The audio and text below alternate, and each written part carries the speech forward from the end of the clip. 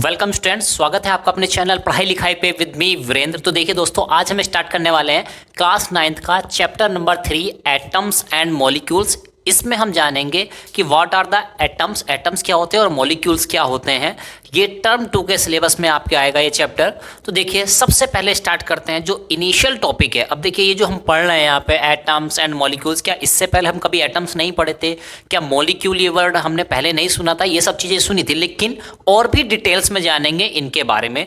तो आइए बिना कोई वक्त गवाए हुए स्टार्ट करते हैं आज का chapter, that is atoms and molecules. तो इसमें सबसे पहला टॉपिक है, तो हमारा सबसे पहला टॉपिक होने जा रहा है इसमें क्या है, law of conservation of mass. ठीक है, तो देखिए लॉ कहते हैं नियम को, कोई रूल है, नियम है, of conservation of mass. Conservation word का मीनिंग है सुरक्षित रखना, यानी कंजर्व रहना, बचा के रखना, खर्च ना कर देना। ठीक है, यानी उसको कंजर्व करना, प्रिजर्व करना। ठीक है, ऑफ मास, किसको? मास को। तो लॉ ऑफ कंजर्वेशन ऑफ मास यानी कि मास को बचा के रखना, यानी मास पहले जितना था बाद में उतने रहना, मतलब इस टाइप की कोई थोड़ी सी फीलिंग आपको शायद यहाँ पे आ रही हो। तो आइए देखते हैं क्या है लॉ ऑफ कंजर्वेशन मास। वैसे तो एक लाइन का रूल है, लेकिन इसके एप्लीकेशंस बहुत ज़्यादा हैं। ठीक है, बहुत सारी कैलकुलेशन, चाहे हम अभी 9th में हो, 10th में हो, फ्यूचर में जाके 12th में या ग्रेजुएशन अब, ठीक है, और पोस्ट ग्रेजुएशन वगैरह में जाएंगे तो लॉ ऑफ कंजर्वेशन ऑफ मास से बहुत सारे क्वेश्चंस हमारे सॉल्व होने वाली हैं, बहुत सारी प्रॉब्लम सॉल्व होने वाली हैं। तो चलिए, मास कैन नाइदर बी क्रिएटेड। अब आपको फीलिंग आ रही होगी कि भाई energy can not be created not be destroyed, है ना, ऐसी वाली फीलिंग आ रही होगी शायद। बिल्कुल वैसे ही कुछ उसी को ढाल के बनाया गया है। ठीक है, तो देखते हैं, mass can neither be created, mass को ना तो क्रिएट किया जा सकता है, यानी आप ऐसे नहीं कर सकते कि भाई मैंने क्या किया, आज मैंने फ्राई पैन में है ना चाय बना रहा था तो मैंने क्या किया, 2 किलोग्राम मास बनाया। ठीक है, तो ऐसा नहीं हो सकता। ठीक है, तो कह रहा है कि mass can neither be created, mass को ना तो क्रिएट किया जा सकता है नॉर डिस्ट्रॉयड, और ना ही उसको नष्ट किया जा सकता है। इट मीन्स ना तो उसको पैदा कर सकते हो ना ही उसको खत्म कर सकते हो। ठीक है, तो फिर भाई कर क्या सकते हैं, जब हम कुछ कर ही नहीं सकते तो कर क्या सकते हैं? चलिए देखते हैं। इन ए केमिकल रिएक्शन, किसकी बात कर रहा है? इन ए केमिकल रिएक्शन, यानी किसी केमिकल रिएक्शन में बात कर रहा है। ठीक है, तो हमारा लॉ ऑफ कंजर्वेशन ऑफ मास जो है, क्योंकि भाई केमिस्ट्री का चैप्टर है तो हम बेसिकली डील करेंगे केमिकल रिएक्शन से, तो उसी के रेफरेंस में हम सारी बातें करेंगे कि भाई किसी केमिकल रिएक्शन में मास को ना तो बनाया जा सकता है और ना ही डिस्ट्रॉय किया जा सकता है। ठीक है, फिर वही चीज़ भाई एक फॉर्म से दूसरी फॉर्म में तो ढाल ही सकते हैं, बिल्कुल कन्वर्ट कर सकते हैं डेफिनेटली, वो बात अपनी जगह ट्रू है। तो देखिए इसका मीनिंग क्या निकला, तो ये तो हमें पहले से पता था। अब देखो, एक केमिकल रिएक्शन, एक जनरलाइज केमिकल रिएक्शन में लिखने की कोशिश करता हूँ यहाँ पे। तो देखो भाई, कोई एक चीज़ है ए, दूसरी चीज़ है बी, इन दोनों ने मिलकर एक प्रोडक्ट बनाया है, क्या? सी और डी, 2 प्रोडक्ट बनाए। अब देखिए क्या है, ऐसे पार्ट, जैसे आप सपोज कीजिए कि आप क्या करते हैं, आप चाय बनाने के लिए जाते हैं, तो उस चाय बनाने के लिए आपको पानी की रिक्वायरमेंट होती है, वाटर की रिक्वायरमेंट होती है, मिल्क की रिक्वायरमेंट होती है, चाय पत्ती की, चीनी की, आप तुलसी पत्ती अदरक, है ना, एक्सेट्रा भी कुछ भी डाल सकते हैं। यानी कि किसी चीज़ को, किसी प्रोडक्ट को बनाने के लिए आपको कुछ कॉन्स्टेंट्स की जरूरत पड़ती है, कुछ एलिमेंट्स की जरूरत पड़ती है, भाई ये तो होने ही चाहिए। तो देखो, कोई केमिकल रिएक्शन करानी है आपको, और केमिकल रिएक्शन से क्या होगा, कुछ प्रोडक्ट्स बनेंगे, बहुत सारी चीज़ें हम बनाते हैं। तो देखो, तो जो चीज़, ये जो लिखा है, एक इस एरो के राइट हैंड साइड लिखा हुआ, एक इस एरो के लेफ्ट हैंड साइड लिखा हुआ है, तो आपको ध्यान देना है, जो लेफ्ट हैंड साइड लिखा हुआ है इनको बोला जाता है क्या? रिएक्टेंट्स। इनको क्या बोला जाता है बेटा? रिएक्टेंट्स। ठीक है, यानी कि जो रिएक्शन करते हैं, जो आपस में क्या करते हैं, रिएक्शन करते हैं और कुछ नया प्रोडक्ट बना के हमको देते हैं। ठीक है, तो जो रिएक्शन करते हैं, रिएक्शन में पार्टिसिपेट करते हैं, ये क्या है भाई, ये कुछ रिएक्शन कर रहे हैं, 2 एलिमेंट है, मैंने यहाँ पे 2 लिए हैं, ये 2 से ज़्यादा भी हो सकते हैं या ऐसा भी हो सकता है ये 1 हो। ठीक है, तो ऐसा मैंडेटरी नहीं है कि मैंने A + B मतलब 2 ही लिखे हैं तो हमेशा ऑलरेडी ये 2 ही होते हैं ना, ऑलवेज ये 2 ही होंगे, ऐसा कुछ नहीं है। ठीक है, तो यहाँ पे 1 भी हो सकता है, 2 भी हो सकता है, 4 भी, 1 का मतलब यहाँ पे 1 ही हो गया, और एलिमेंट्स एटमॉस्फेयर की गैसेस वगैरह या सनलाइट से हो जाती हैं कभी कभी, इस टाइप से भी आप कंसिडर कर सकते हैं, यानी हीट से भी रिएक्शंस होने लगती हैं। तो यानी कि रिएक्टेंट्स जो हैं, तो 1 भी हो सकता है, 2 भी हो सकते हैं, 3 भी हो सकते हैं, 4 भी हो सकते हैं, मतलब मल्टीपल हो सकते हैं। तो एरो से इस साइड जो रिएक्शन को इनिशियल शुरुआत कराने के लिए नेसेसरी होती है, यानी जिनके बिना तो हम रिएक्शन शुरू ही नहीं कर सकते, ठीक, उनको क्या कहते हैं, उनको कहते हैं हम रिएक्टेंट्स। चेक कर रहे थे कि माइक आ रहा है कि नहीं, ठीक है। तो उनको क्या कहते हैं, हम रिएक्टेंट्स कहते हैं। और ये रिएक्टेंट्स जब रिएक्शन कर लेते हैं आपस में, है ना, केमिकल बॉन्ड वगैरह बना लेते हैं, इलेक्ट्रॉन प्रोटॉन ट्रांसफर कर लेते हैं, ये सब चलिए, यानी प्रोसेस जब हो जाता है तो जो चीज बन के आती है उसको बोलते हैं क्या, प्रोडक्ट्स। तो ये इधर राइट हैंड साइड वाली जो भी चीजें बन के आएंगी इनको क्या बोलेंगे बेटा हम लोग, इनको बोलेंगे प्रोडक्ट्स। इनको क्या बोलेंगे, प्रोडक्ट्स। तो देखो भाई, यानी कि एक जनरलाइज इक्वेशन। और हाँ, ये प्रोडक्ट्स ऐसा नहीं है कि भाई दो रिएक्टेंट थे तो दो ही आपके क्या बनेंगे, प्रोडक्ट्स, ऐसा मैंडेटरी नहीं है। ये एक भी बन सकता था और ये 10 भी बन सकते थे, ठीक है। तो आप समझिए, तो मैंने एक जनरलाइज यानी एरो से इस साइड में लिखता हूँ रिएक्टेंट्स और एरो की दूसरी साइड लिखता हूँ प्रोडक्ट्स, यानी कि जो रिजल्ट निकल के सामने आए, ठीक। अब देखो, मैंने केमिकल रिएक्शन का एग्जांपल क्यों दिया, क्योंकि हमारा ये जो है लॉ ऑफ कंजर्वेशन ऑफ जो मास है, ये केमिकल रिएक्शन के रेस्पेक्ट में लिखा गया है। अब इसको मैं यहाँ पे अप्लाई करके आपको दिखाता हूँ, ठीक है। इसको law of conservation of mass को मैं यहाँ पे अप्लाई करके दिखाता हूँ, ठीक है। देखिए क्या है, सपोज दैट मैंने 2 ग्राम लिया था A, ठीक है, 3 ग्राम लिया था B, ठीक है। उसके बाद मैंने देखा कि भाई 4 ग्राम बना है, ठीक है, 4 ग्राम बना है C और 1 ग्राम बना है क्या, D। तो इस तरह से हो सकता है, ठीक। अब देखो भाई, तो आपको ध्यान रखना है कि A और B जो कि रिएक्टेंट्स हैं, यानी रिएक्शन होने से पहले ये रिएक्टेंट्स है, रिएक्शन जब कंप्लीट हो गई तो प्रोडक्ट्स बन गई, यानी ये रिएक्शन होने के बाद है। तो अब देखो, इसको अप्लाई करते हैं। Mass can neither be created nor destroyed in a chemical reaction, यानी मास को ना तो आप क्रिएट कर सकते हो ना ही डिस्ट्रॉय कर सकते हो किसी केमिकल रिएक्शन में। इसका मतलब क्या हुआ, इस रिएक्शन में ना तो हम मास को बना सकते हैं ना डिस्ट्रॉय कर सकते हैं, यानी कि रिएक्शन होने से पहले जितना मास था, रिएक्शन होने के बाद में भी उतना ही मास रहेगा, क्योंकि भाई हम ना तो कुछ बना रहे हैं ना ही कुछ मिटा रहे हैं, ठीक है। इसका मतलब समझे आप, इसका मतलब ये समझे, रिएक्शन से पहले का मास इक्वल टू रिएक्शन के बाद का मास। अब देखो, रिएक्शन से पहले क्या चीजें हैं, रिएक्शन से पहले रिएक्टेंट्स। तो हम ऐसा भी कह सकते हैं कि रिएक्टेंट्स का जो मास होता है वो किसके बराबर होता है, वो प्रोडक्ट के मास के बराबर होगा। इस तरह से हम चीजों को अप्लाई, क्योंकि क्वेश्चन तो भाई इसी तरह आएगा जब इसका एप्लीकेशन आएगा। यानी हम ज्ञान, हम नॉलेज स्टडी कर तो लेते हैं, लेकिन जब उसका एप्लीकेशन करने की बारी आती है तब कहीं ना कहीं लैक हो जाते हैं हम, ठीक है। तो आप देखिए, मैंने केमिकल रिएक्शन लिखी, तो इसका मीनिंग, इस एक लाइन का मीनिंग क्या निकल रहा है, तो इस एक लाइन का मीनिंग यहाँ पे ये निकला कि देखो भाई क्या निकला, यहां पे मैं लिख देता हूं नीचे, mass of reactants equal to mass of products, ठीक है, mass of products.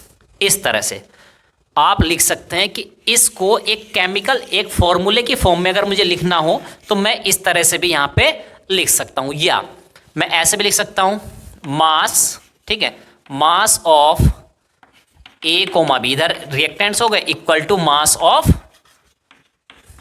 C comma D, यानी इन दोनों का जो मास होगा A और B का, दोनों का मास मिला दिया जाए और C प्लस D का मास मिला दिया जाए तो क्या हो जाएगा, वो दोनों मास इक्वल आने वाले हैं। इस तरह से आप इस law of conservation of mass को समझ सकते हैं with respect to a chemical reaction. मैं चलिए एक छोटा सा एग्जांपल देने की कोशिश करता हूं। देखिए, सपोज कीजिए एक आपके पास वेसल है, एक बर्तन है, ठीक है, ऐसे कांच का एक बर्तन आपने ले लिया, उसमें एक पटाखा रखा आपने, ठीक है, उसमें क्या रखा है, एक पटाखा। दीपावली पे, शबे बारात पे या और भी कोई फंक्शन होता है घर में, शादी वगैरह होती है, पटाखे फोड़ते हैं, ठीक। आपने क्या किया, एक पटाखा रखा और उसको फोड़ा, मतलब उसको कंबशन कराया, वो जलेगा। तो यानी अगर हम ये बंद चैम्बर में करा रहे हैं, ग्लास के बंद चैम्बर में करा रहे हैं, तो उस चैम्बर का मास पहले आप तोल लीजिएगा, पटाखे को फोड़ने से पहले, उसको बर्न कराने से पहले। अब जब वो आपने जला दिया, आप अंदर ही है ना, बाहर नहीं जाना आपको, उस चैम्बर से बाहर कुछ भी नहीं जाएगा, पटाखा फूट जाएगा, बत्ती जल जाएगी, थोड़ी सी राख बचेगी। टोटल मास अब जब भी मेजर कीजिएगा, यानी उस कांच के जार का, उसके अंदर जो भी गैसेस वगैरह भरी हैं, उनका टोटल मास जलाने से पहले और जलाने के बाद आप देखेंगे तो आप सेम पाएंगे। या आप ऐसे भी समझिए, एक कांच के जार के अंदर अगर उसमें ऑक्सीजन की अवेलेबिलिटी अच्छी खासी है तो एक कैंडल को जला दीजिए, पूरी कैंडल को जला दीजिए, है ना। उसके बाद आप देखिए, कैंडल का जलने से पहले, यानी उस कांच के जार में जिसमें कैंडल जल रही है, ठीक है, मैं बना के दिखा देता हूं आपको कि भाई ये एक जार है, यहां पे कैंडल रखी हुई है और ये कैंडल जल सकती है, बर्न हो सकती है ना। इसको चारों तरफ से बंद कर दो और यहाँ पे ऑक्सीजन की अवेलेबिलिटी अच्छी खासी है, ये कैंडल जलना स्टार्ट करती है। सपोज करो इस कांच के जार वार सहित, कैंडल वैंडल सहित पूरा अगर वेट है 10 kg, ठीक है, और इसको पूरा जल जाने के बाद इसका वेट आप मेजर करेंगे तब भी आएगा 10 kg। ये ध्यान रखिए, यानी केमिकल रिएक्शन हो गई, वैक्स वगैरह गैसेस में कन्वर्ट हो गया, लेकिन टोटल मास उतना ही रहेगा, क्योंकि भाई मास एक फॉर्म से दूसरी फॉर्म में कन्वर्ट हो रहा है। ठीक है, पहले वैक्स था जो कि सॉलिड था, अब गैसेस में कन्वर्ट हो गया, लेकिन मास उतना ही रहेगा, यानी रिएक्शन होने से पहले और रिएक्शन होने के बाद मास सेम ही। तो आइए स्टूडेंट्स, अब देखते हैं लॉ ऑफ कंजर्वेशन ऑफ मास पे एक क्वेश्चन देख लेते हैं, ताकि कॉन्सेप्ट हमारा क्लियर हो जाए। हम उस लॉ को, उस फॉर्मूले को हमने एक जो बनाया था उसको अप्लाई कर पा रहे हैं कि नहीं कर पा रहे हैं। अगर हम उसको कर पा रहे हैं अप्लाई, तो दैट्स इट, हमारे समझ में वो चीज़ आ चुकी है। देखिए क्वेश्चन, देखिए आपके एनसीईआरटी की एक बुक में ही दिया हुआ इन टेक्स्ट क्वेश्चन है। In a reaction 5.3 gram of sodium carbonate. अब देखिए इसने कहा है इन ए रिएक्शन, तो रिएक्शन की बात करें तो हम केमिस्ट्री पढ़ रहे हैं, तो केमिस्ट्री की ही रिएक्शन होगी। ठीक है, तो हमें पता है कि केमिस्ट्री में जो रिएक्शन लिखी जाती है किस फॉर्मेट में लिखी जाती है। एरो के लेफ्ट हैंड साइड पे आपके रिएक्टेंट्स होते हैं, एरो के राइट हैंड साइड में प्रोडक्ट्स होते हैं। ठीक है, इस तरह से हम रिएक्शन को लिख भी सकते हैं। ठीक अब कह रहा है in a reaction 5.3 gram of sodium carbonate, यानी 5.3 ग्राम आपने सोडियम कार्बोनेट लिया है, रिएक्टेड विद, और ये सोडियम कार्बोनेट रिएक्ट कर रहा है, ये समझिए आप, सोडियम कार्बोनेट रिएक्ट कर रहा है किससे, विद, किसके साथ, 6 ग्राम ऑफ एसिटिक एसिड, यानी कि सोडियम कार्बोनेट और एसिडिक एसिड रिएक्ट कर रहे हैं। दैट इज, ये क्या है, ये रिएक्टेंट है, ये रिएक्ट करेंगे, फिर कुछ नई चीज बनाएंगे, प्रोडक्ट वगैरह बनाएंगे कुछ। ठीक है, तो यानी ये आपके रिएक्टेंट्स हुए, सोडियम कार्बोनेट और एसिटिक एसिड। ठीक, इसके नीचे भी और सारी चीजें दी हैं। द प्रोडक्ट्स वर 2.2 ग्राम, और जो प्रोडक्ट्स बनते हैं वो क्या है, प्रोडक्ट्स वर, प्रोडक्ट्स थे इस रिएक्शन में, प्रोडक्ट्स क्या क्या थे, प्रोडक्ट्स वर। तो अब प्रोडक्ट्स के बारे में बातें बता रहा है, यानी एरो से राइट हैंड साइड की चीजें वो आपको बता रहा है। वर 2.2 ग्राम ऑफ कार्बन डाइऑक्साइड, यानी कार्बन डाइऑक्साइड गैस बनी है प्रोडक्ट्स में, एक चीज बनी। ठीक है, तो एक तो ये बना प्रोडक्ट में। ठीक है, 0.9 ग्राम ऑफ वाटर, और वाटर भी बना, यानी दूसरी चीज ये बनी प्रोडक्ट में। And 8.2 gram of sodium acetate, तीसरी चीज ये बनी, यानी कि रिएक्टेंट 2 हैं, प्रोडक्ट्स कितने हैं, 3। तो मैंने पहले ही कहा था कोई कंपलसरी नहीं है कि जितने रिएक्टेंट्स होते हैं उतने ही प्रोडक्ट्स हो सकते हैं, जैसे कि ये रिएक्शन, ये क्वेश्चन आपका शो भी कर रहा है कि देखो भाई मैंडेटरी नहीं है। ठीक है, तो सारी चीजें एक एक चीजें खुल के बिल्कुल सामने आती चली जाएंगी, क्रिस्टल क्लियर हो जाएंगी। आइए, शो दैट दीज ऑब्जर्वेशन, यानी कि अब आप दिखाओ, दर्शाओ, प्रूफ करो क्या, कि दीज ऑब्जर्वेशन, ये जो चीजें हैं, रिएक्टेंट्स है, इतने ग्राम है, उतने ग्राम है, ये सारी चीज observations are in agreement with law of conservation of mass. आपको ये दिखाना है कि जो सारी कैलकुलेशंस आ रही हैं आपकी, ये सारी चीजें ऑब्जर्व जो कर रहे हैं आप, ये लॉ ऑफ कंजर्वेशन ऑफ मास के साथ एग्रीमेंट में है, यानी उस चीज को फॉलो करती हैं। एग्रीमेंट क्या भाई, तुम्हारे मेरे बीच एग्रीमेंट है कि कल तुम मुझे 100 रुपए दोगे, ठीक है, और आपने 100 रुपए दे दिए, तो मतलब आपने अपना वादा निभाया, आपने अपना रूल माना, फॉलो किया उस चीज को। तो वही कह रहा है कि दिखाइए कि ये जो सारा डाटा है law of conservation of mass को फॉलो करता है, उसको स्ट्रिक्टली फॉलो कर रहा है चीज। ठीक है, तो ये शो करना है। तो चलिए देखो भाई, पहले तो हम बता दें आपको कि इस रिएक्शन को आप केमिकल फॉर्मूला की तर्ज पे भी लिख सकते हैं, लेकिन अभी क्या है 9th क्लास में जैसे जैसे आगे बढ़ेंगे तो हम केमिकल फॉर्मूला भी लिखना सीखेंगे। ठीक है, तो फिलहाल अभी इन रिएक्शंस को ऐसे ही हम लिख दे रहे हैं। देखो भाई क्या है, सोडियम कार्बोनेट, तो हम यहां पे लिखेंगे कि भाई ये है हमारा क्या, सोडियम कार्बोनेट।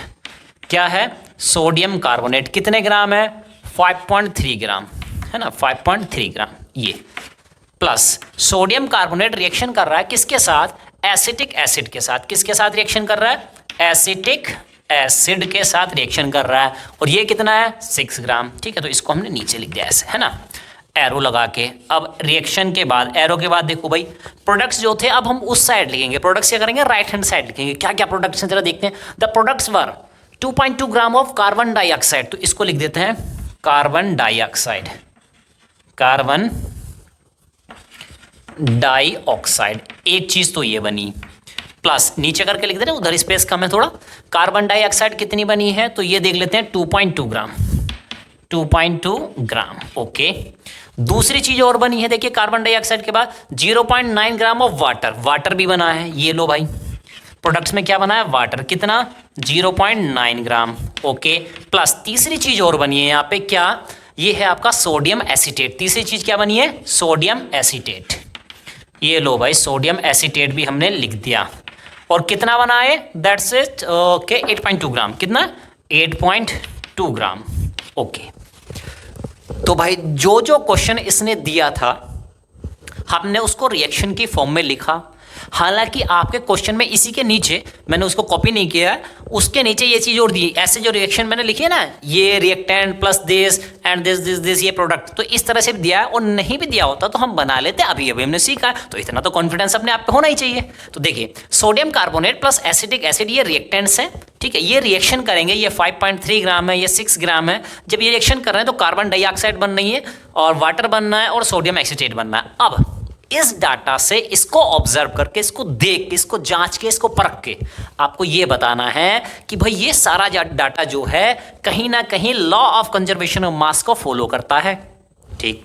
अब कैसे पता लगाएं भाई, इसके माथे पे थोड़ी ना लिखा। तो हमने जब उस लॉ को लिखा था उसके बाद हमने एक लाइन लिखाई थी आपको, है ना, ब्रैकेट में करके, ऐसे डब्बे बॉक्स में बंद करके लिखाई थी कि mass of reactants equal to mass of product. अगर mass of reactant mass of product के इक्वल है तो वो law of conservation of mass को फॉलो करेगा। तो हमको बस यही करना है कि हम क्या करेंगे, मास ऑफ रिएक्टेंट्स निकालेंगे और वो अगर इक्वल आ गया मास ऑफ प्रोडक्ट्स के तो हमारा law of conservation of mass को फॉलो करता है, नहीं तो नहीं करता है। तो देखिए, तो पहले देखता हूं मैं, ऐसे लिखता हूं मास of reactants. Mass of reactants कितना है, देखो बेटा, mass of sodium carbonate plus mass of sodium acetic acid, तो कितना है, तो ये देखो बेटा कितना है। तो मैं ऐसे लिख देता हूं, आप ये लोग ये लिख लीजिएगा, मास ऑफ, ठीक है ना, स्पेस कम बच जाएगा ना, मैं सीधे सीधे लिख देता हूं, that is 5.3 plus 6, that is कितना आ गया, ये आ गया 11.3 ग्राम। मास ऑफ रिएक्टेंट्स आ गया। इसी तरह से मैं कैलकुलेट करूंगा क्या, मास ऑफ प्रोडक्ट्स, मैं क्या काउंट करूंगा यहाँ पे, मास ऑफ प्रोडक्ट्स। तो आप बेटा एक लाइन और बढ़ा लीजिएगा यहाँ पे, मास ऑफ रिएक्टेंट्स तो आप लिखेंगे mass of sodium carbonate plus mass of acidic acid. मैंने यहाँ पे एक लाइन में लिख दिया क्योंकि मेरे पास स्पेस अभी कम बचा हुआ है, ठीक। मास of products, mass of products में देखिए क्या है, carbon dioxide, water and sodium acetate. चलिए इनका कितना है भाई, देखते हैं। एक है 2.2, अनदर 0.9 एंड अनदर इज 8.2। और जब मैं इन तीनों को जोड़ने जाता हूं तो देखो भाई 8.2, 2.2, 0.9, इनको जब मैं जोड़ने जाऊंगा तो देखिए 8.2 और 0.9 को जोड़ेंगे तो कितना आएगा, ये आएगा आपका 9.1, और 9.1 और 2.2 को जोड़ेंगे तो कितना आ जाएगा 11.3। तो ये भी आ जाएगा आपका 11.3 ग्राम, ठीक।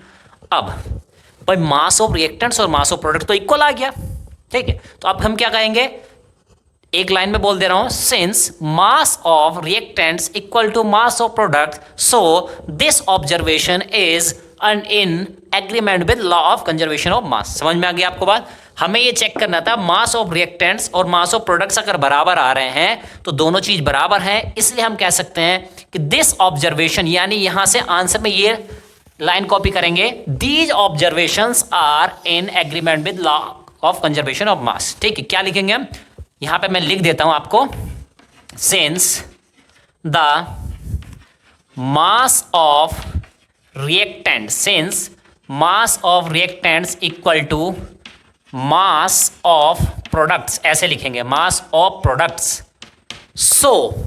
सो के बाद आपको कर देना है शो, है ना, ये वाला सो नहीं लिखना, मैं लिख देता हूं आपके लिए, है ना। सो दीज, और यहां से लिख दीजिएगा these observations are in agreement with law of conservation of mass, ठीक है। तो इस तरह से क्वेश्चन देखा हमने, और कैसे हमने जो स्टेटमेंट पढ़ा था उसको हमने एक फॉर्मूले की फॉर्म में कन्वर्ट किया और उसके आधार पे एक न्यूमेरिकल करने की भी कोशिश की, यानी थ्योरी से कितने न्यूमेरिकल जनरेट हो जाते हैं।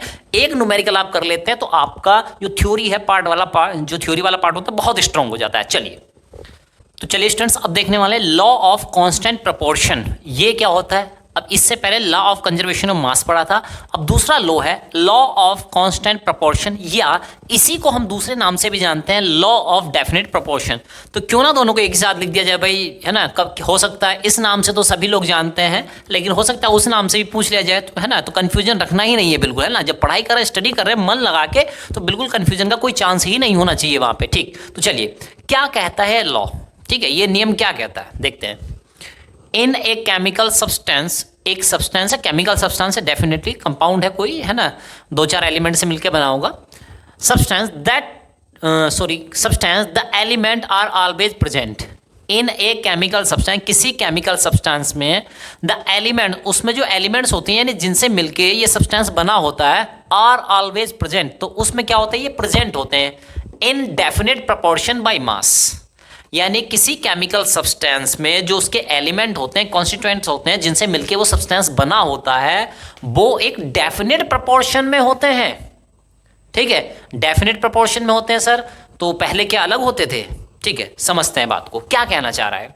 देखिए बेटा, एग्जाम्पल देखिए, एक बहुत जनरल सा एग्जाम्पल दूंगा मैं आपको, H2O। ठीक है, जिसको आप किसके नाम से जानते हैं? हम इसको वाटर के नाम से जानते हैं ना। तो जनरल चीज़ दे रहा हूँ ताकि आप फॉर्मूला H2O है ना, तो सभी लोग अभी, क्योंकि फॉर्मूला बनाने अभी हम सीखेंगे इस चैप्टर में, तो इसलिए ऐसा फॉर्मूला जो आप पहले से जानते हैं उसका एग्जाम्पल दे रहे हैं। ठीक, वाटर है, वाटर को हम सभी जानते हैं, तो ये केमिकल सब्सटेंस है। ठीक है, केमिकल सब्सटेंस है मीन्स हाइड्रोजन से मिलकर बना है और ऑक्सीजन से मिलकर बना है। तो हाइड्रोजन और ऑक्सीजन इसके कंटेंट हो गए, इसके कॉन्स्टिट्यूएंट हो गए, इसके एलिमेंट्स हो गए। यानी कि H2O जो वाटर है वो सब्सटेंस हो गया, एलिमेंट जो है इसके हाइड्रोजन और ऑक्सीजन हो गए। ठीक, इस तरह से। और ऑलवेज प्रेजेंट, तो कह रहा है कि हाइड्रोजन और ऑक्सीजन जो है ये प्रेजेंट होते हैं इस वाटर में इन डेफिनेट प्रोपोर्शन। डेफिनेट, अब डेफिनेट का मतलब समझिए सुनिश्चित, बिल्कुल, जो टाला ना जा सके, जो चेंज ना हो सके। ठीक है, उसको कहते हैं डेफिनेट। डेफिनेट मतलब ये तो फिक्स है, पक्का है, यही है। ठीक है, ऐसे हम बोलते हैं ना कि जैसे कि, तो ये यानी भाई हमको पता है कि 26 जनवरी को हम क्या करते हैं, गणतंत्र दिवस मनाते हैं अपना, तो फिक्स है ना वो 26 जनवरी को ही आएगा। ठीक है, तो यानी वो फिक्स है। तो कह रहा है कि डेफिनेट प्रोपोर्शन, तो ये भी डेफिनेट प्रोपोर्शन में होते हैं, मतलब एक रेशो में होते हैं, ये किसी रेशो को फॉलो करते हैं बाय मास। और वो रेशो, वो प्रोपोर्शन, प्रोपोर्शन मींस हिस्सा। जैसे दो भाई होते हैं ना, उसको इतनी जमीन मिली, उसको यानी ये तेरा हिस्सा या मेरा हिस्सा। ठीक है, इसी तरह से तो यानी इनका जो प्रोपोर्शन होता है ना, जैसे वाटर में हाइड्रोजन का प्रोपोर्शन कुछ हिस्सा होगा, कुछ हिस्सा ऑक्सीजन का होगा, तभी दोनों हिस्सों को मिला के तो वाटर बना है। ठीक, उसी तरह से तो यानी कह रहा है कि इनका प्रोपोर्शन क्या होता है, फिक्स होता है।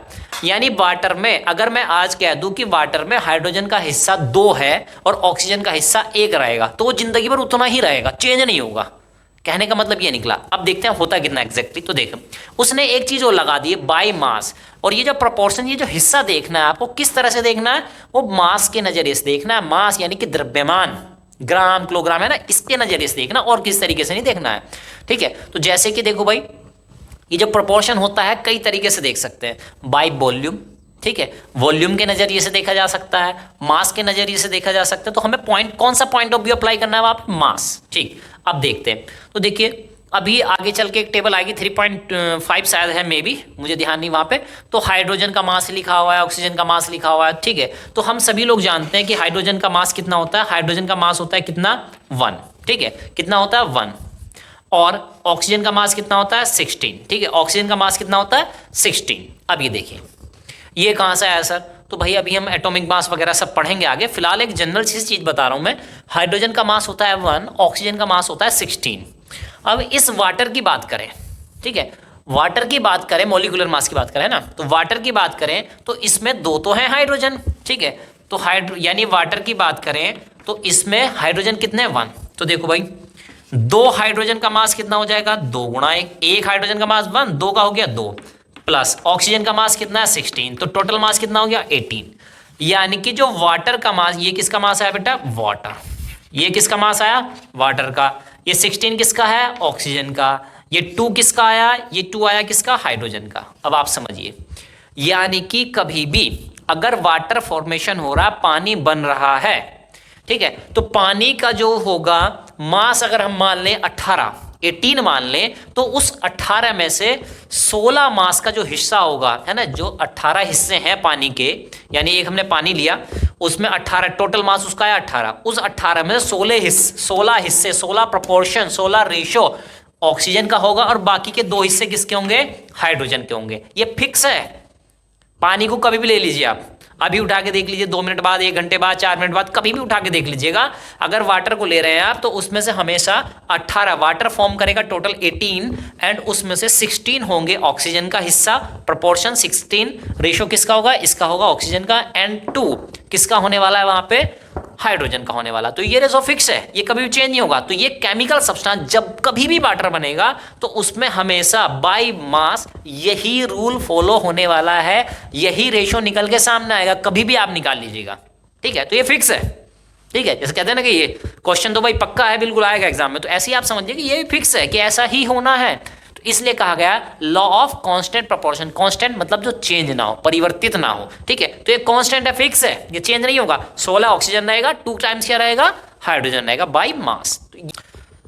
तो आइए स्टूडेंट, कॉन्सेप्ट क्लियरिटी करने के लिए क्वेश्चन लेते हैं आपके एक्सरसाइज में, ठीक है। बुक में से एक एनसीईआरटी की क्वेश्चन लिया गया, इसमें क्या कहा गया देखिए, hydrogen and oxygen combined in the ratio.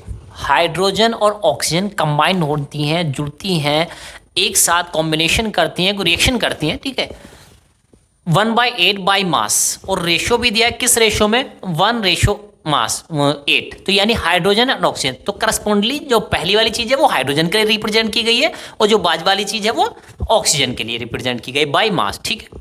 To form water, यानी वाटर बनाने के लिए, अभी हमने एग्जाम्पल भी देखा था, है ना, किया ही था जस्ट अभी अभी, कि भाई देखो एग्जाम्पल देखा था, उसमें H2O, इसका टोटल मॉलिक्यूलर मास कितना था, 18 था, ठीक है। उसमें से 2 हुआ करती थी क्या, हाइड्रोजन, और 8 टाइम्स क्या हुआ करती थी आपकी क्या हुआ करती थी, ये हुआ करती थी आपकी ऑक्सीजन, ठीक है। या ऐसे कह लीजिए कि भाई 2 जो मॉलिक्यूलर, हाँ सॉरी, ये रेशियो आ जाएगा 16, ठीक है। इस तरह से देखिए, तो 2 टाइम्स हुआ करती थी हाइड्रोजन, और 16 टाइम्स हुआ करती थी आपकी क्या, ऑक्सीजन। इसको हम ऐसे भी देखो बेटा, हमने भी 2:16 देखा था, क्या देखा था, 2:16 देखा था। अब 2:16 देखा था, तो उसको हम सिंप्लीफाइड भी कर सकते हैं, यानी कि सिंप्लीफाइड अगर दोनों चीज किसी चीज से कट जा रही हैं, ठीक है, तो उसमें क्या होगा, उसको सिंप्लीफाइड फॉर्म कहते हैं, ठीक है। तो देखो 2 से दोनों डिविजिबल, ये 1 8। तो ये रेशो दिया है कि भाई वाटर जब फॉर्म होता है तो उसमें हाइड्रोजन 1 टाइम्स रहती है और ऑक्सीजन क्या रहती है, 8 टाइम्स बाई मास। ये भी ध्यान रखना, ये सबसे इंपॉर्टेंट पॉइंट है इस पूरी थ्योरी का, कि बाई मास हम बात कर रहे हैं, ठीक, ओके। तो भाई ये तुम्हें पता ही था, इसने नई बात क्या बता दी, अभी एग्जाम्पल देखा ही था हमने, ठीक है। चलो आगे बढ़ते हैं। What mass of oxygen gas would be required? अब वो कह रहा है ये बताओ ऑक्सीजन की रिक्वायरमेंट कितनी होगी, ऑक्सीजन का मास कितना रिक्वायर होगा, कितना चाहिए होगा आपको, क्या करने के लिए, to react completely with 3 gram of hydrogen. अब हाइड्रोजन दिया है कितना, 3 ग्राम, हाइड्रोजन कितना दिया है, 3 ग्राम, यानी कि 3 ग्राम हाइड्रोजन से रिएक्शन करने के लिए कितनी ऑक्सीजन चाहिए होगी। भाई क्यों रिएक्शन करा रहे हैं हम, ठीक है। तो कह रहा है क्या करना है आपको, रिएक्शन करा के of the hydrogen gas to react completely with 3 gram of hydrogen gas, ठीक है। क्यों कराएंगे, भाई वाटर बना रहे होंगे, ठीक है। तो देखो क्या कहा है, what mass of oxygen gas would be required to react completely with 3 gram of hydrogen gas, ठीक है, टू फॉर्म वाटर। यानी कि भाई देखो आप क्या करते हो, वाटर बनाते हो तो उसमें हाइड्रोजन होती है 1 टाइम, ऑक्सीजन होती है 8 टाइम्स। अब ये बताओ फिर से आपको अगर वाटर बनाना होगा तो आप 3 ग्राम हाइड्रोजन को, है ना, कितने ग्राम ऑक्सीजन से आप रिएक्ट कराओगे। तो यहां देखो भाई हाइड्रोजन कितनी है, 1 टाइम्स, ऑक्सीजन कितनी है, 8 टाइम्स। सीधा सा सीधा रेशो देखो, अगर हाइड्रोजन लगती है 1 तो ऑक्सीजन लगती है कितनी, 8, ठीक है, 8 गुनी। तो यहां पे देखो हाइड्रोजन कितनी है, 3, तो ऑक्सीजन कितनी लगेगी, इसका 8 गुना। तो आप लिखेंगे यहां पे, ठीक है, सिंप्लीफाइड वे में आंसर लिखते हैं, सेंस, ऐसे लिख सकते हैं, सेंस 1 ग्राम हाइड्रोजन, आप पूरा सिंबल लिख सकते हैं, hydrogen require, 1 gram hydrogen require कितनी, 8 ग्राम ऑक्सीजन, कितनी, 8 ग्राम। इसको मैं ऑक्सीजन को पूरा ही लिख देता हूं, है ना, नहीं तो कंफ्यूजन हो जाएगा, ऑक्सीजन। सो 3 ग्राम हाइड्रोजन रिक्वायर कितनी, 3 × 8 that is 24 gram of oxygen, ठीक है, सिंपल। यानी कि भाई ऐसे समझो, एक एप्पल मिलता है 8 रुपए का, तो 3 एप्पल मिलेंगे कितने के, 3 × 8 24। कितना सिंपल क्वेश्चन था। यानी कि आपको ये रेशो ध्यान रखना है, जब भी वाटर की फॉर्मेशन होगी तो ये रहेगा 2 टाइम्स, ये रहेगा 16, या उसको सिंप्लीफाइड हमने किया 1:8, ठीक है। तो भाई हाइड्रोजन अगर 1 होता है तो ऑक्सीजन कितना होता है, 8, हाइड्रोजन कितना है, 3, तो ये कितना होगा, 3 का 8 टाइम दैट इज 24 ग्राम, ठीक है। तो बहुत ही सिंपल क्वेश्चन था। चलिए एक क्वेश्चन और देखते हैं। तो चलिए स्टूडेंट्स अब देखते हैं लॉ ऑफ कांस्टेंट प्रोपोर्शन पे एक क्वेश्चन और देखते हैं, ताकि हमको कॉन्सेप्ट क्लैरिटी मिल सके, ठीक है। तो देखते हैं क्या है question. When 3 gram of carbon is burned, जब 3 ग्राम कार्बन को जलाया जाता है इन 8 ग्राम ऑक्सीजन, किस में जलाया जाता है, 8 ग्राम ऑक्सीजन में। अब आप सोचेंगे सर ये कार्बन को ऑक्सीजन में क्यों जलाया जा रहा है, तो बेटा बहुत ही बेसिक क्वेश्चन है कि 8th क्लास में 7th क्लास में, ये पहले भी हम जानते हैं कि भाई देखो क्या होता है, किसी भी चीज को जलाने के लिए ऑक्सीजन की तो रिक्वायरमेंट होती है, उसके बिना तो कुछ होगा नहीं, ठीक है। तो यानी कि 3 gram of carbon is burned in 8 gram of oxygen. अब आप खुद देखो 3 ग्राम कार्बन 8 ग्राम ऑक्सीजन, दोनों को मिलाया, दोनों को जलाया, यानी कि दोनों चीज मिलेंगी तभी ये चीज जलेगी, तभी ये रिएक्शन होगी, यानी ये केमिकल रिएक्शन, यानी कंबस्शन जो होता है, जो जलना है, बर्निंग है, ये केमिकल रिएक्शन है, ठीक है। तो इस केमिकल रिएक्शन में 3 ग्राम कार्बन को ऑक्सीजन के साथ जलाया जा रहा है, यानी एक केमिकल रिएक्शन हो रही है। Comma 11 gram of carbon dioxide is produced, और क्या प्रोड्यूस हो रहा है, क्या प्रोडक्ट बनना है, CO2 कार्बन डाइऑक्साइड बनने, कितने ग्राम, 11 ग्राम। तो सीधे सीधे मैं इसको लिख सकता हूं ऐसे कि भाई देखो कार्बन है, ये क्या है, कार्बन है, और कार्बन और ऑक्सीजन जब मिल रहे हैं यानी इनकी रिएक्शन हो रही है, तो क्या बनना है बेटा, ये बनना है आपका कार्बन डाइऑक्साइड, है ना। क्या बनना है, कार्बन डाइऑक्साइड बनना है। कितने कितने ग्राम, भाई जितने जितने ग्राम नहीं हो लिख दो। तो कार्बन कितना है भाई, ये है 3 ग्राम, है ना। ऑक्सीजन कितना है, 8 ग्राम, ठीक है। और ये कितना बनना है भाई, 11 ग्राम, ठीक। चलो समझ में आ गई बात, कोई दिक्कत नहीं।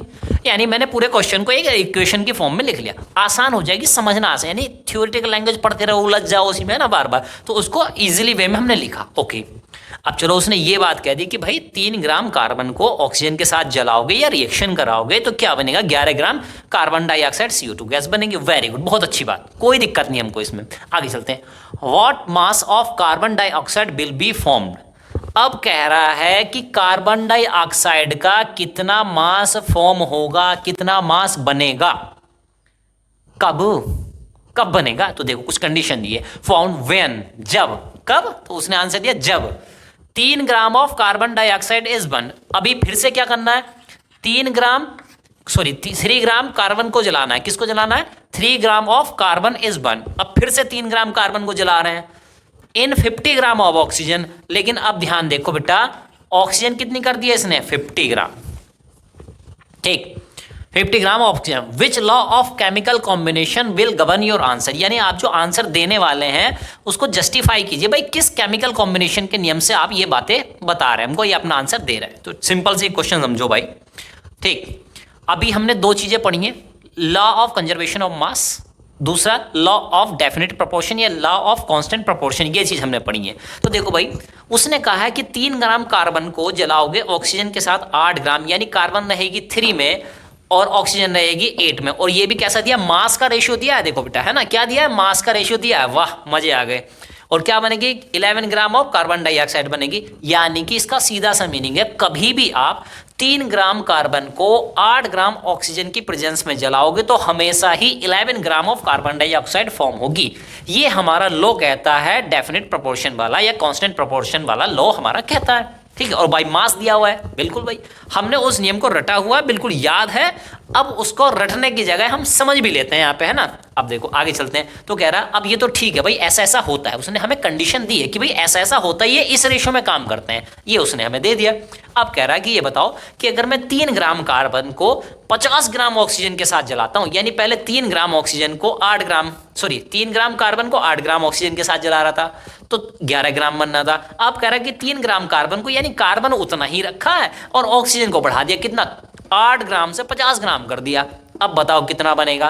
तो भाई देखो, हमारा लॉ ऑफ कांस्टेंट प्रोपोर्शन वाला जो है वो क्या कहता है, भाई तुम कुछ भी कर लो, अगर ये 3 रेशो में है कार्बन और ऑक्सीजन है 8 रेशो में, यानी इनका सीधे सीधे जो रेशो निकल कर आ रहा है वो क्या आ रहा है, 3:8, ठीक है। तो कार्बन और ऑक्सीजन जब भी कंबाइंड होंगे CO2 फॉर्म करने के लिए वो 3:8 ही रहेगा, ऐसा इस क्वेश्चन के अकॉर्डिंग दिया हुआ है, ठीक है। तो भाई हमें पता है कि लॉ ऑफ डेफिनेट प्रोपोर्शन, ये नियम फॉलो होना चाहिए, ये नियम क्या होना चाहिए, फॉलो होना चाहिए। तो कभी भी 3 ग्राम कार्बन मिलेगी और 8 ग्राम ऑक्सीजन मिलेगी तो तब जाके 11 ग्राम CO2 ही बनना है। अब देखो 3 ग्राम कार्बन है तो भाई ये कितने ऑक्सीजन से रिएक्ट करेगी ताकि CO2 बने। तो आप भाई ऐसा समझो, पहले 3 ग्राम थी ऑक्सीजन, 8 ग्राम थी, यानी कि आपके पास क्या था भाई, ऐसा समझो, शुरू में आपके पास क्या था, आप एक दिन में 10 रोटी खाते हैं, समझो आप एक दिन में कितना खाते हैं बेटा, 10 रोटी आप खाते हैं, ठीक है।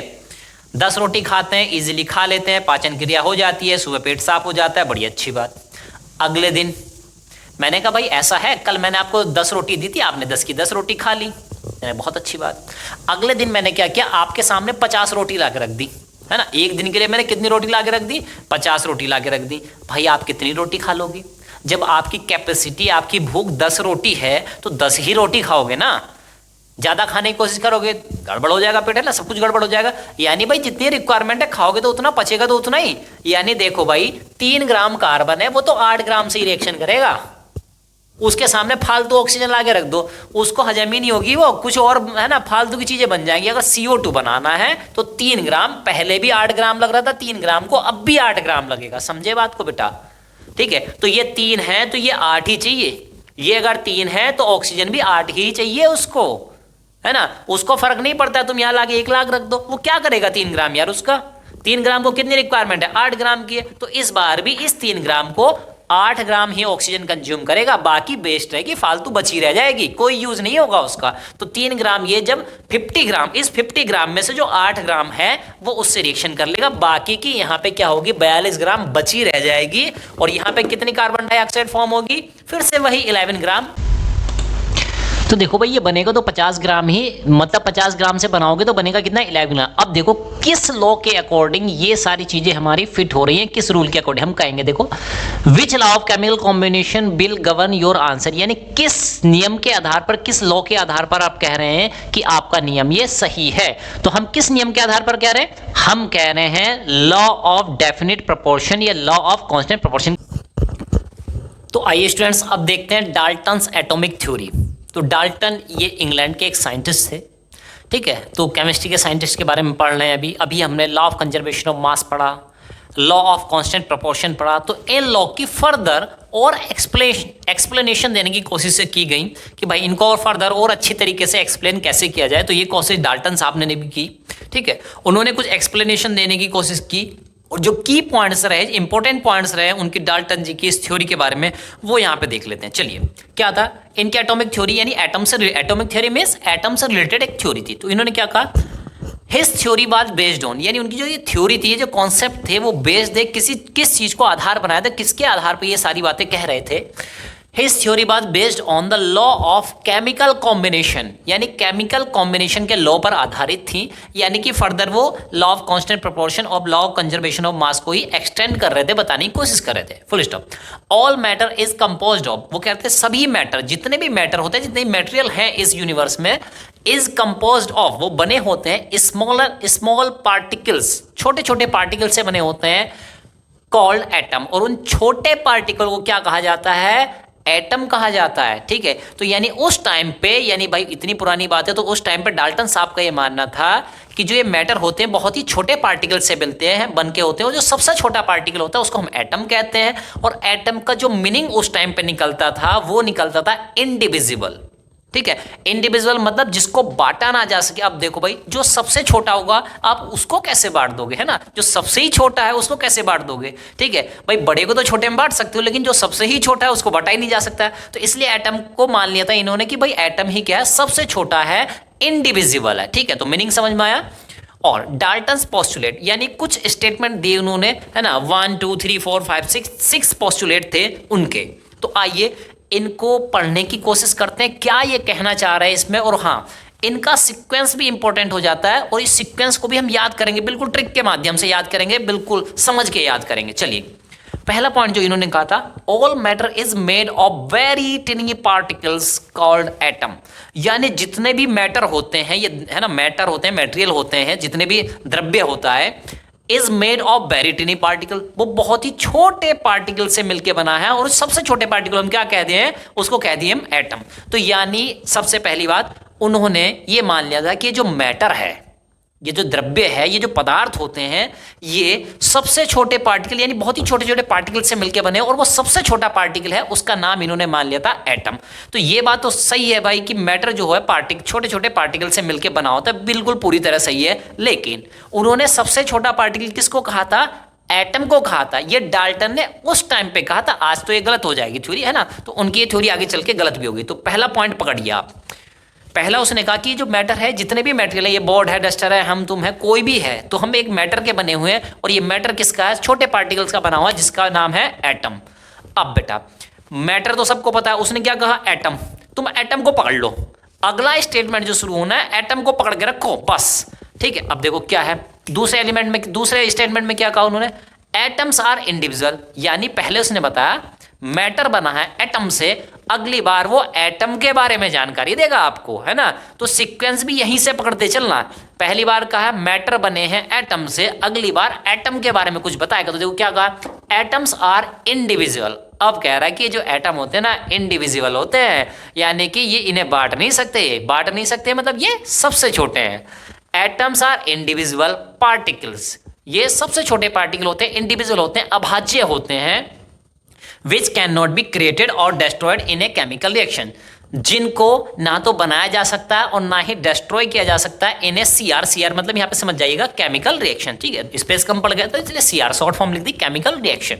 ठीक, तो ये बात तो हमें पता है। यानी पहले उसने कहा मैटर बना है किसका, एटम का, अगली बार कह रहा है इस मैटर को ना तो आप बना सकते हैं, ये सबसे छोटा पार्टिकल होता है, इंडिविजुअल होता है, यानी उसने गौर दिया, कोशिश की, इसको सबसे छोटा ही मैं कहता रहूं, और इसको आप ना बना सकते हैं ना डिस्ट्रॉय कर सकते हैं, ये बात उसने कही। ठीक, अब देखो पहले में कहा मैटर बना है एटम का, फिर कह रहा है एटम है इंडिविजुअल यानी सबसे छोटा है। अब आपको क्या करना है, इस छोटे को पकड़ लो, अगला स्टेटमेंट हो जाएगा, इस छोटे वर्ड को पकड़ लो, atoms of a given element. ठीक है, उसने क्या कहा, atoms are individual particles, atom सबसे छोटे पार्टिकल होते हैं जिनको ना तो बना सकते हैं ना ही डिस्ट्रॉय कर सकते। ठीक है, चलो भाई अब एटम्स के बारे में और चलते हैं। Atoms of a given element are identical. ठीक है, किसी गिवन एलिमेंट के, गिवन एलिमेंट यानी कि कोई भी एक एलिमेंट ले लो, ठीक है, किसी भी एक एलिमेंट के जो एटम्स होते हैं are identical in mass and in chemical properties. ठीक, यानी फिर से एटम की विशेषता बता रहा है, इन छोटे पार्टिकल्स की कैरेक्टरिस्टिक बताने की कोशिश कर रहा है, प्रॉपर्टीज बताने की कोशिश कर रहा है। Atoms of a given element, किसी गिवन एलिमेंट्स के जो एटम्स होते हैं वो आइडेंटिकल होते हैं। अब आप समझो भाई, मैं छोटे को पकड़ने को क्यों कहा था आपसे, आप समझो। वो कह रहा आइडेंटिकल, आइडेंटिकल समझते हैं ना, आइडेंटिकल वर्ड, आइडेंटिकल मतलब होता एक जैसे। ठीक है, आइडेंटिकल मींस बिल्कुल एक जैसे, कोई अंतर ना दिखाई दे जिनमें, उनको कहते हैं आइडेंटिकल। अब देखो जो छोटे होंगे वो आइडेंटिकल हो सकते हैं क्या, भाई एटम जब सबसे छोटा इंडिविजुअल है उसका टुकड़ा ही नहीं कर सकते आप ऐसे समझो भाई, सबसे छोटी चीज। आप आसमान में तारे देखो, स्टार्स देखो, सब इतने छोटे छोटे छोटे छोटे हैं। अब आप उसमें पता कर पाते हो क्या, किसी तारे का हाथ इतना लंबा, पैर इतना, पेट ऐसा, कुछ अंतर कर पाते हो क्या, इतने छोटे हैं भाई वो कि उसमें डिफ्रेंशिएट मीन्स कोई चीज बहुत छोटी होगी तो आप उसमें डिफ्रेंशिएट कर ही नहीं पाओगे, बहुत बहुत बहुत स्मॉलेस्ट है तो आप डिफरेंस नहीं कर पाओगे। यानी सारे स्टार्स आपको एक जैसे लगते हैं, तो इसलिए कहा है कि वो जो एटम्स है, atoms of a given element are identical. अब भाई एटम्स को जब सबसे छोटा मान लिया तो कह रहा है कि एक ही एलिमेंट के सारे जो आपके क्या होते हैं एटम्स होते हैं वो आइडेंटिकल होते हैं, और होंगे भी। भाई आप समझ लो जैसे मेरे सर के बाल है या आपके सर के बाल हैं, कोई दो बाल उखाड़ के देख लो, है ना, तो आपको आइडेंटिकल लगेंगे, आप अंतर ही नहीं पता कर पाओगे। दोनों बाल हैं, दोनों काले, आप किसी के भाई काले और सफेद हो तो अलग अलग, है ना, कह नहीं सकते, लेकिन दो बाल उखाड़ के देखो तो आपको लगेगा हाँ यार दोनों आइडेंटिकल है। कैसे पता करूँ कौन सा रामू है, कौन सा श्यामू है, कौन सा चंटू है, कौन सा बंटू है, आइडेंटिकल ही लगेंगे अपने को, है ना। तो हम तो इनमें भी अंतर नहीं कर पा रहे हैं, उससे भी छोटा एटम होता है तो उसमें कैसे डिफ्रेंशिएट कर पाएंगे। तो atoms of a given elements are identical in mass, और किस चीज में आइडेंटिकल होते हैं, मास में। यानी दो बाल उखाड़ूं और उनका मास तोलने लगूं तो दोनों का मास बराबर आएगा। इन मास एंड केमिकल प्रॉपर्टीज, और किसमें, केमिकल प्रॉपर्टीज भी उनकी सेम होती हैं, ये कह रहा है। यानी उनको मैं कैंडल के सामने लाके जला लूं तो दोनों सेम तरह, दोनों बाल सेम तरह से परफॉर्म करेंगे, इस तरह से, है ना, एग्जाम्पल के लिए बस हंसाने के लिए। ठीक है, तो यानी इस तरह से, यानी पहले में कहा उसने मैटर बना होता है एटम का, तुमने एटम पकड़ लिया। ठीक, फिर कहा एटम होता है इंडिविजिबल, इंडिविजुअल होता है मतलब उससे छोटा कोई नहीं, उसने छोटा कहा, तुमने छोटा पकड़ लिया।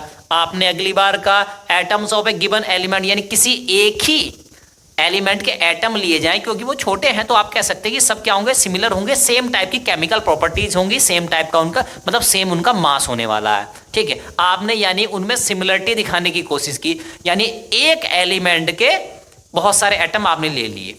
ठीक, अब एक के ले लिए तो भाई दूसरे के को कौन देखेगा, तो यानी पहले आप सोचो भाई, पहले तो अपना देखना है, दूसरे का तो बाद में देखना है। यानी कि पहले हमने अपने एटम देखने, अपने एलिमेंट के एटम देखे, ठीक है, बाद में तो दूसरे के देखेंगे। अब देखो भाई, अब तुमने अपनी बात की तो बेटा अब दूसरे की बात भी करनी पड़ेगी, है ना। तो समझ गए किस तरह से लिंक होता चला जाता है, एटम्स ऑफ डिफरेंट एलिमेंट, तो अगली ही बार उसने नाम ले दिया कि डिफरेंट एलिमेंट्स के भी एटम हैं भैया, इनको भी देखो।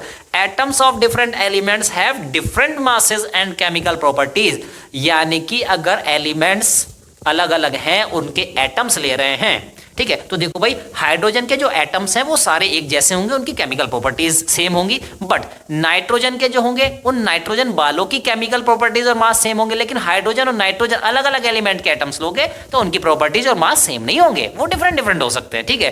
तो भाई तुमने भाई जब अपनों के बारे में बात की थी, एक ही एलिमेंट के बारे में बात की, तो दूसरे के बारे में कौन बात करे, तो दूसरे के बारे में भी बात करनी पड़ी। तो यही है एक पॉइंट जो उस स्टेटमेंट में आया, उसको पकड़ते जाओ और अगला स्टेटमेंट बाय डिफॉल्ट बनकर चला जाएगा, ठीक है। अब देखो, यानी कि एक समझो मेरे सर का बाल था, ठीक है, ये एक एलिमेंट मान लो, इसका एक एटम हो गया मेरे सर का बाल, है ना।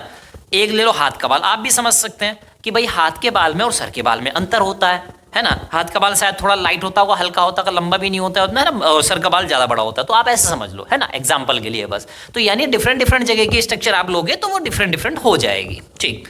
अब देखो फिर से रिवाइज करो पॉइंट को। पहले उसने बोला मैटर बने हैं एटम से, हमने कहा बहुत अच्छी बात, एटम का नाम लिया, बताओ ये एटम क्या है। उसने कहा ये जो एटम होता है सबसे छोटा होता है, इससे छोटा कोई नहीं होता, ये इनडिविजिबल होता है, इसको ना बना सकते हैं ना मिटा सकते हैं।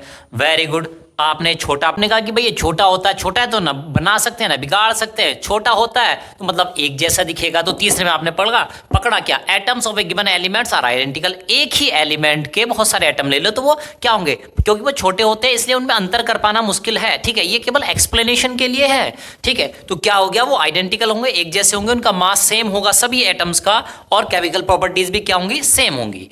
अब आपने कहा अच्छा भाई इतना छोटा अंतर कर पाना मुश्किल है, एक जैसे एक ही एलिमेंट के तुमने एटम की बात की, तो ये बताओ भाई दूसरे एलिमेंट के एटम की बात कौन करेगा, भैया हमें ही करनी पड़ेगी। अगले में की बेचारे डाल्टन ने, देखो atoms of different elements have different masses and chemical properties, यानी दूसरे एटम्स के एलिमेंट लोगे, दूसरे एलिमेंट्स के एटम्स लोगे, तो भाई एक हाइड्रोजन का ले लो, एक नाइट्रोजन का ले, तो भाई वो तो डिफरेंट डिफरेंट प्रॉपर्टीज और डिफरेंट डिफरेंट मास शो करेंगे ही करेंगे। ये आपने चीज यहाँ पे ऑब्जर्व की, ठीक है। यानी जैसे हमने अभी सर के बाल का एग्जांपल दिया था, ठीक। उसके बाद देखो atoms combine in the ratio. अब आपने कहा भाई मेरे पास अब दो हो गए, एक क्या हो गया, एक अपना हो गया और एक क्या हो गया, एक दूसरे का, यानी हाइड्रोजन का हो गया नाइट्रोजन, दो अलग अलग चीजें हो गई। अब मैं क्या करूंगा, अब मेरे पास दो हैं तो मैं दो गाड़ी, यानी बच्चा क्या करता है जैसे, है ना, उसके पास एक कार है तो वो कार से खेलता रहता है, लेकिन जब दूसरा खिलौना आ जाता है वो दूसरे की तरफ भागता है, फिर सोचता है इन दोनों से खेलता हूं, ठीक है। तो वही नेक्स्ट आइटम देखो क्या है, एटम्स कंबाइन, यानी जब उसके बाद दो हो गए तो अब दोनों को कंबाइन करेगा वो। Atoms combine in the ratio of small whole numbers to form compound, यानी अब वो चाहता है कि कंपाउंड फॉर्म हो जाए, इन दोनों को मिला के कोई नई चीज बनाऊं, नया प्रोडक्ट बनाऊं, यानी वो कंपाउंड बनाना चाहता है, ठीक है। तो कैसे बनाएगा, कंबाइन करके बनाएगा। अब कंबाइन करेगा तो भाई कैसे कैसे मिलाऊं, ठीक है। इस बॉल को इस क्या कहते हैं खिलौने के गाड़ी के ऊपर रखो, गाड़ी को बॉल के ऊपर रखो, मतलब सोचना तो पड़ता है ना उसको किस रेशियो में कैसे मतलब बनाओ उसको। तो वो कह रहा है atoms combine in the ratio, एक रेशो में वो क्या होते हैं, कंबाइन होते हैं, जुड़ते हैं, of small whole number, small whole number यानी 0 1 2 3 4 ये ऐसे होते हैं होल नंबर, ठीक है। तो भाई सबसे छोटा होल नंबर अगर इंटीजर की बात करें, यानी कि आप कहें को 0, भाई 0 तो लोगे तो वो एलिमेंट ही नहीं रहेगा, वो एटम ही नहीं रहेगा, तो है ना। तो सबसे छोटा तो 1 हो सकता है। तो जैसे इसमें देखा था H2O में, देखो क्या था, H2O में क्या होता है, हाइड्रोजन के 2 एटम होते हैं, ऑक्सीजन का 1 एटम होता है, और हाइड्रोजन के 2 एटम का मास 1 होता है, 1 होता है, ठीक है, सॉरी 2 होता है, और ऑक्सीजन के 1 एटम का मास 16 होता है। तो देखो 2:16 को हमने सिंप्लीफाइड करके 1:8, यानी उसको दोनों को क्योंकि 2 से डिविजिबल थे उसको डिविजिबल कर लिया तो 1:8। तो देखो ये सिंप्लीफाइड आ गया, यानी स्मॉलेस्ट होल नंबर आ गया, है ना, कि भाई 2 को डिवाइड किया और 16 को 1:8 आ गया। तो ये छोटे से छोटा होल नंबर, तो कह रहा है छोटे से छोटे, पहले छोटा सा फॉर्मूला बताओ कंपाउंड में, फिर बड़ा मैं कितना ही कर लूंगा, आप मुझे तरीका बता दो, उस मेथड बता दो, है ना। तो वो यही कह रहा है कि small whole numbers to form compound, compound form करने के लिए स्मॉल होल नंबर इस रेशियो में आप मिलाएं।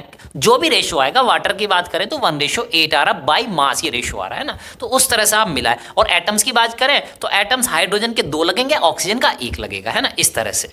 और अब आपने जब कंबाइन कर ही लिया, अब भाई इस कंपाउंड के बारे में कुछ बताओ, है ना। तो मतलब एक के बाद वो कहते हैं ना कि उंगली पकड़ाई और सर पे चढ़ गया, बिल्कुल, है ना। तो वैसा होता जा रहा है। तो डाल्टन्स को भी ऐसा ही करना है, आपको इसी तरीके से याद करना है, ठीक है। The relative numbers and kinds of atoms are constant. अब वो कह रहा है कि रिलेटिव, अब देखो बेटा रिलेटिव, तो स्टूडेंट्स को रिलेटिव वर्ड को समझते हैं। रिलेटिव मीन्स क्या होता है, देखो जैसे कि भाई हम समझते हैं कि भाई हम क्या करते हैं, स्कूल जाते हैं, हमें पॉकेट मनी मिलता है, यानी फादर को 10 रुपये मिलता है तो हमें 5 रुपये मिल जाते हैं पॉकेट मनी, यानी फादर की इनकम अगर 100 रुपये है तो हमें 5 रुपये 10 रुपये वो दे देते हैं, ठीक है। लेकिन कुछ लोग ऐसे ही हैं बेचारे जो शायद दिन का खाना बड़ी मुश्किल से जुटा पाते हैं, तो हमारी नज़रों में शायद वो गरीब हैं, ठीक है।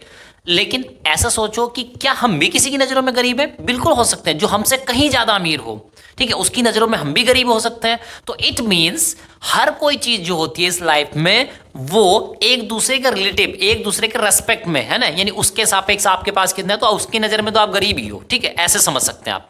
तो यानी कि वो कह रहा है कि the relative numbers and kinds of atom, जैसे कि इसमें बात करें वाटर, ये वाटर है H2O, तो इसमें क्या हाइड्रोजन के 2 एटम रहेंगे, ऑक्सीजन का 1 रहेगा। तो जब कभी भी हाइड्रोजन के 2 और ऑक्सीजन का 1 मिलेगा तभी वाटर बनना पॉसिबल है, नहीं तो नहीं बनना। यानी ये नंबर फिक्स है कि भाई ये 2 में रहेगा, ये 1 टाइम्स रहेगा, है ना। एंड काइंड्स ऑफ एटम, यानी कि अब एक मतलब हाइड्रोजन का रहेगा ऑक्सीजन का तभी तो बनेगा। अब ऐसे थोड़ी ना कह सकते हो ऑक्सीजन का 1 ले लिया, हाइड्रोजन का 1 ले लो, 1 क्लोरीन का ले लो तो वाटर बन जाएंगे, नहीं। काइंड्स ऑफ एटम, जितने टाइप के एटम्स हैं वो भी सेम रहने वाले हैं। तो इस तरह से ये एक्सप्लेनेशन है। चलिए फिर से एक बार देख लेते हैं डाल्टन्स के ये जो सारे के सारे पोस्टुलेट थे। देखिए पहले उसने कहा कि भाई मैटर बने हैं एटम के, मैटर हमें समझ में गई, ये जो भी मटेरियल होते हैं ना हमें समझ में आ गई। हमने कहा अच्छा ये एटम क्या होता है, एटम बताओ। उसने कहा जो एटम्स होते हैं इंडिविजुअल होते हैं, बहुत छोटे होते हैं, ठीक है, यानी इनसे छोटा पॉसिबल नहीं, इसलिए इनको बना नहीं सकते, इनको डिस्ट्रॉय भी नहीं कर सकते। आपने कहा अच्छा छोटा बोला है, इस छोटे के बारे में जरा कुछ बताओ। तो आपने कहा atoms of a given element, किसी गिवन एलिमेंट के जो एटम्स होते हैं वो इतने छोटे होते हैं कि उनका मास सेम होता है और उनकी केमिकल प्रॉपर्टीज भी सिमिलर होती है, मतलब एक जैसी होती है, ठीक है। तो एक ही एलिमेंट, अच्छा एक एलिमेंट के बारे में क्यों बात कर रहे हो भाई, बाकी के दूसरे एलिमेंट्स के बारे में क्यों बात करेगा। आपने दूसरे एलिमेंट्स के बारे में बात जानना कहा, डाल्टन ने दूसरे एलिमेंट के बारे में बताया। एटम्स ऑफ डिफरेंट एलिमेंट, अब डिफरेंट एलिमेंट्स यानी होंगे तो क्या होगा भाई, एक हाइड्रोजन का एक नाइट्रोजन का, तो क्या होगा सबके मास अलग अलग हो सकते हैं, केमिकल प्रॉपर्टीज अलग अलग हो सकती हैं डिफरेंट डिफरेंट एलिमेंट्स की। आपने कहा अच्छा अब मेरे पास 2 हो गए, एक तो मेरा अपना था और एक दूसरे एलिमेंट का हो गया, अब मैं इनको जोड़ूंगा, खेला खेलूंगा इनके साथ, खेलो खेला। Atoms of combine in the ratio of small whole numbers to form compound, यानी मैं इनको दोनों को जोड़ के कंबाइन करके कंपाउंड बनाऊं, कुछ नई चीज बनाऊंगा, ठीक है। Atoms combined in the ratio, यानी वो किसी रेशियो में, किसी अनुपात में, ऐसे नहीं कि किसी ऐसी जोड़ दिया तुमने, फेविक्विक लगाई, गम लगाई, जुड़ गया, कंपाउंड बन गया, ऐसे नहीं, ठीक है। किसी रेशियो में कि भाई जैसे इसमें देखो 2 गुना हाइड्रोजन रखना पड़ेगा, 1 गुना ऑक्सीजन रखना पड़ेगा, एटम्स की दृष्टि से देखें, नजरिए से देखें तो, बाई मास देखें तो 1:8 के नजरिए से, ठीक है। And kinds of atom, kinds मतलब जैसे इसमें वाटर में तो हाइड्रोजन के एटम्स होने चाहिए, ऑक्सीजन के लिए 2 टाइप के एटम्स होने चाहिए, है ना। तो ये क्या होता है, फिक्स होता है। तो इस तरह से यानी आप एक के बाद एक के बाद एक इस तरह से चीजें जोड़ते चले गए और डाल्टन के सारे पोस्टुलेट हो गए। और इस तरह से आप देखेंगे, इस तरह से याद करेंगे तो आप कभी भी एग्जाम में अगर कोई ऊपर नीचे हो जाएगा तो तुरंत आ जाएगा यार ये चीज इससे पहले कैसे आ सकती है, ऐसा तो पॉसिबल ही नहीं है, ठीक। अब देखिए डाल्टन के जो पोस्टुलेट थे, हालांकि आगे चल के गलत कुछ ये पोस्टुलेट्स क्या हुए, गलत साबित होना शुरू हो गए, क्योंकि उसने क्या किया था, सबसे बड़ी ब्लंडर तो यही करती थी एटम्स को सबसे छोटा मान लिया। हालांकि उसके टाइम में सही बात भी थी, लेकिन आगे चल के एटम्स के भी छोटे पार्टिकल यानी इलेक्ट्रॉन, प्रोटॉन, न्यूट्रॉन सब चीज़ें आने लगी, तो ये कहीं ना कहीं आगे चल के इतना अच्छा, इतनी वैलिडिटी इसकी नहीं रह गई थी, ठीक है। तो ये कुछ पॉइंट्स थे डाल्टन के पोस्टुलेट से रिलेटेड, उसकी थ्योरी से रिलेटेड, जो हमने एक्सप्लेन करने की कोशिश की। उम्मीद करते हैं कि आपको बहुत ईजिली ये समझ में